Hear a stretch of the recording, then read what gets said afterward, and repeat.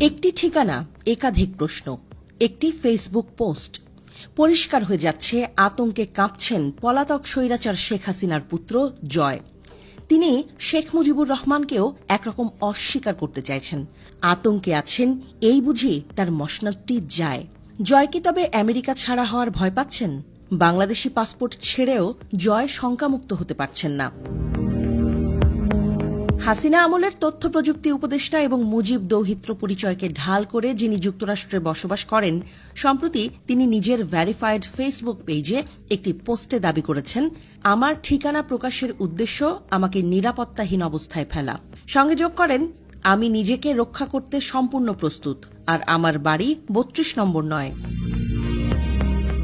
কিন্তু প্রশ্ন থেকে যায়, এই আত্মপক্ষ সমর্থন কি সত্যিই নিরাপত্তার প্রশ্ন, নাকি বিতর্কিত সম্পদের দায় এড়াতে কৌশলী কণ্ঠ?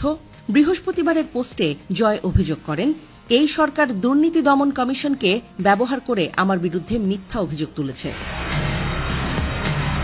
নিজেকে আইটি উদ্যোক্তা হিসেবে পরিচয় দিলেও তার কোটি টাকার বাড়ি, তার মালিকানা পরিবর্তনের সময়কাল ও কর সংক্রান্ত স্বচ্ছতার প্রশ্নে তিনি নিজের সুবিধাজনক ব্যাখ্যা হাজির করেন, যা নৈতিক জবাবদিহিতা অনেকটাই এড়িয়ে যায়। জয় জানান, আমি ভার্জিনিয়ায় 2টি বাড়ির মালিক নই। একটি বাড়ি আমার 2018 সালে কিনেছি। আগের বাড়িটি বিক্রি করে এটি কিনেছি। এর দাম বর্তমানে $15 লাখ বেড়েছে। কিন্তু প্রশ্ন হচ্ছে, এই বাড়ি যেটি বর্তমানে প্রায় 20 কোটি টাকা সমমূল্যের, তা কি শুধুমাত্র আইটি ব্যবসা থেকেই অর্জিত? একজন প্রবাসী নাগরিক যার ব্যবসায়িক কার্যক্রমের কোনো স্বচ্ছ নথি সরকারিভাবে কখনো প্রকাশ পায়নি, কিভাবে কোটি কোটি টাকার সম্পদের মালিক হন? এটাই সাধারণ নাগরিকের চোখে সবচেয়ে বড় প্রশ্ন। বাড়ি যে তিনি 2018 সালে কিনেছেন তা তিনি নিজেই বলেছেন। তবে ঠিক কোন প্রক্রিয়ায়, কি পরিমাণ অর্থ দিয়ে, কিভাবে সম্পদের উৎস দেখিয়ে মার্কিন কর্তৃপক্ষকে সন্তুষ্ট করেছেন, এসব প্রশ্নের উত্তর মেলে না পোস্টটিতে। জয় দাবি করেন, FBI আমার বিষয় তদন্ত করেছে এবং অবৈধ কিছুই পায়নি।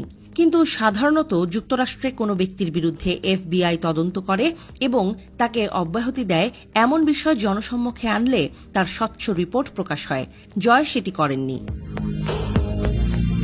বরং এই মন্তব্যেই তৈরি হয়েছে নতুন প্রশ্ন, তদন্ত ছিল আসলে, নাকি এটি শুধু বিশ্বাসযোগ্যতা তৈরির আরেকটি ব্যাকরণ?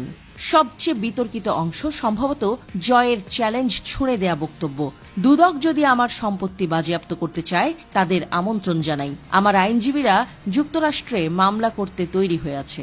একজন নাগরিক যিনি রাষ্ট্রীয় পদে নেই অথচ পলাতক পদচ্যুত প্রধানমন্ত্রীর ঘনিষ্ঠ আত্মীয়, তিনি রাষ্ট্রের একটি স্বাধীন সংস্থাকে সরাসরি এমনভাবে চ্যালেঞ্জ করতে পারেন, এটি কিভাবে একটি গণতান্ত্রিক পরিসরে স্বাভাবিক হিসেবে ধরা যায়?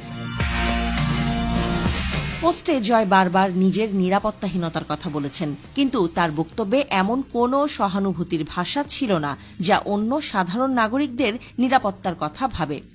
বরং ঠিকানা নিয়ে এত নাটক করার মধ্য দিয়ে নিজেই যে আলোচনার কেন্দ্রে উঠে আসতে চেয়েছেন তা আর বলার অপেক্ষা রাখে না।